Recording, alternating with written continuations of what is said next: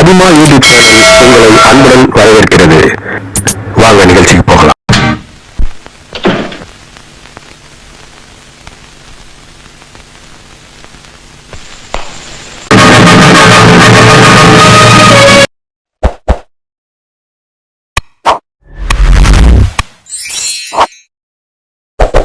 நம்பியாரோட இதுல என்ன படம் சொல்லலாம்? சரியான பெஸ்ட்.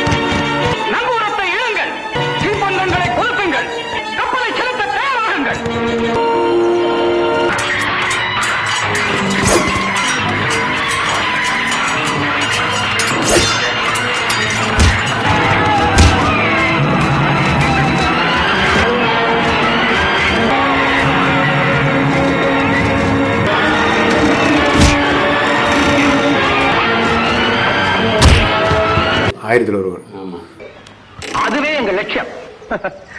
நீங்கள் நினைப்பது போல எங்கள் அன்னை பூமி கன்னித்தீவு அல்ல. அதற்கு கன்னித்தீவின் ஆட்சியிடம் அல்லவா போராட வேண்டும். நாங்கள் அனைவரும் கன்னித்தீவில் அடிமையாக விற்கப்பட்டோம்.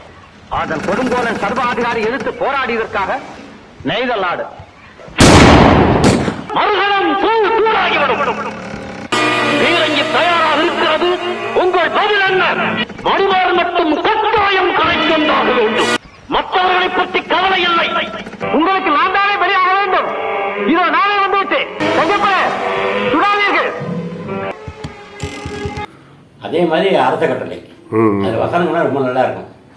இந்த பதக்கத்தை பறிச்சவனு பேசுவார்ல, அந்த வசனம் ரொம்ப நல்லா இருக்கும். அந்த சண்டை காட்சியும் ரொம்ப அமைப்பு நல்லா இருக்கும். ஆமாம், அந்த அரச கட்டளை திரைப்படம் மூலமாக இங்கே தான் போட்டுருந்தாங்க. தேவி தேட்டர் திரையெல்லாம் போட்டுருந்தாங்க. சரி சரி. படத்துக்கு போகும்போது 50 சாக்கு மூடைய நிறையா பேப்பர் கட் பண்ணி வர்றதுக்காக வச்சுருந்தோம். இங்கேருந்து சாக்கில் கொண்டு போனோம். அந்த தேட்டர் ஓனரே கேட்டார், என்ன சாக்கு மூடியில் கொடுத்துருக்கீங்க, எதுக்குன்னு சொன்னாப்ல. இந்த மாதிரி ரசிகர் காணாம வந்துருக்காங்க, பெர்மிட் பண்ணா இருப்போம். அந்த காலத்தில் அவ்வளோ இதாக இருந்தது இந்த படம்லாம். அது மறக்க முடியாத ஒரு படம் தான் அது. உண்மைதான். அதாவது அதில் வந்து வில்லன்னு சொல்ல முடியாது, குணச்சித்திர ரோல்னு சொல்ல முடியாது. நம்பியார் ரொம்ப அழகா நடிச்சிருப்பாரு. நம்பியார் ஐயாவை நேரில் பார்த்துருக்கீங்களா? நம்பியார் ஐயாவை ஒரே ஒரு தடவை பார்த்துருக்கேன். சரி சரி. தள்ளிதான் பார்த்துருக்கேன், பக்கத்தில் பார்த்ததில்ல. சரி சரி பார்த்துருக்கேன். அதே மாதிரி இன்னொருக்குள்ள விழாக்கு நான் போயிருந்தேன். இங்க சென்ட்ரல்ல. அப்ப சின்ன பையன். ரொம்ப அருமையான ஒரு குணநலன்ல வந்து அருமையான ஒரு மனிதர் நம்பியார் ஐயா. எனக்கு ரொம்ப நெருங்கி பழகுற வாய்ப்புலாம் நிறைய கிடைச்சிருக்கு. நீங்கள் நினைத்தால் அதை மாற்றிவிட முடியும். எப்படி? என் உயிரை காத்த உத்தமன் உனக்காக இது கூடவா செய்ய மாட்டேன்? அப்படியா? உங்கள் சரித்திரம் கண்ணீரால் எழுதப்பட வேண்டியது. படத்துல அவர் இல்லாம இருக்காது. அசோகன் அவரும் கண்டிப்பா இருப்பாங்க. நம்பியார் இல்லாத ஒரு திரைப்படம்னா அடிமை பெண் தான். அடிமை பெண்ணையும் அவரை கொண்டு வர்றதுக்கு எவ்வளவோ முயற்சி எல்லாம் ஆனா கொண்டு வர செஞ்சிருக்காங்க. அது குறிப்பிட்ட சில படங்கள் தான் இல்ல. எண்ணி பார்த்த விரல் விட்டு எண்ணிலாம் இல்லாத படமே. ஆமா. நீங்க தலைவருக்கு அடுத்து நீங்க வந்து இவர் படம் வந்து தலைவர் படம் மாதிரி இருக்கு அப்படின்னு யார் படத்தையாவது நீங்க குறிப்பிடுறீங்களா? ஒப்பிடவே முடியாது சார். ஒப்பிட முடியாது. பேர் தான் சொல்லலாம், அவங்க வேணா சொல்லிக்கலாம். ஆஹா, கண்டிப்பா வரவே முடியாது. நிறைய பேர் சொல்றாங்க ஜென்மம் எடுத்தாலும் வர முடியாது சார். முடியாது. எல்லாரும் வரமா நடிக்கணும் ஒழிஞ்சு போயிட்டாங்க. ஆனா பிள்ளையார் சொல்லி எம்ஜிஆர் தான் எல்லாருக்குமே. எல்லா ஒரு தொழில் ஆரம்பிக்கிறான் சரி, திரைப்படம் ஆரம்பிக்கிறான்னு சரி, அவர் ஜெய்சங்கர் ரொம்ப ஒரு பிரியப்பட்டாங்க. நடக்க முடியல, ஒரு பிரியப்பட்டாங்க. கன்னிப்பெண்ணு அவர் நடிக்கிறதா இருந்துச்சு. ஆமா நடிக்க முடியும், எம்ஜிஆர் நடிக்கல. ஆமா அந்த ஷூட்டிங் மாதிரி ஸ்லாப் அடிச்சதே எம்ஜிஆர் தானே. ஆமா கன்னிப்பெண்ணு சத்யா மூவிஸ் படம் அது.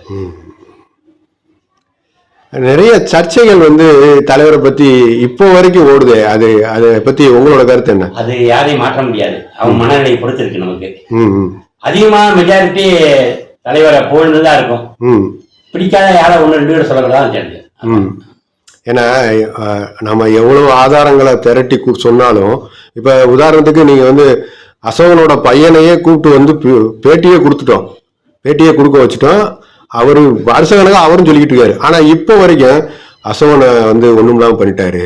சந்திரபாபுவோட அண்ணனோ தம்பியோ ஒருத்தர் இப்ப ரீசெண்டா பேட்டி கொடுத்தாரு. அதெல்லாம் இல்ல, எங்களுக்கு அவ்வளவு நல்லது செஞ்சிருக்காருன்னு அவரே பேட்டி கொடுக்குறாரு. ஆனா இன்னமும் இவங்க பேசிக்கிட்டே இருக்காங்க. ஏதாவது ஒரு ஏமார்க் பண்ணிடுச்சுன்னா அதை தொடர்ந்து வந்துருவோம். கெட்டவன் அப்படித்தான் இருக்கும். ஒரு தடவை குடிக்காம ஒரு தடவை குடிச்சோம்னா மார்க் வந்துடும். உண்மைதான். ரொம்ப ரொம்ப சந்தோஷம். அதாவது ஒரு திருப்தியான ஒரு நேர்காணலா இருந்துச்சு இது. ஏன்னா ஒரு சிலர் வந்து ஒரு சினிமாவை பத்தி மட்டுமே பேசுறவங்க இருக்காங்க, அவரோட அரசியல் சம்பந்தப்பட்ட விஷயத்தை மட்டுமே பேசுறவங்களா இருப்பாங்க. ஆனா ஒரு மனோதத்துவ ரீதியா, உளவியல் ரீதியா ரொம்ப நல்ல அலசி நீங்க வந்து சொல்லியிருந்தீங்க. குறிப்பா சொல்லணும்னா தலைவரை வந்து எப்படி பிடிச்சிச்சுன்னு கேட்டதுக்கு அவரோட நல்ல விஷயத்த பார்த்து எனக்கு பிடிச்சனாலதான் அவரையே பிடிச்சிச்சு எனக்கு. போயிங்கிருந்து அவர் கொள்கை என்ன? அவன் செய்த தவறுக்காக அவனை மன்னித்து விடுங்கள். உங்கள் கப்பலோ களஞ்சியமோ எங்களுக்கு தேவையில்லை.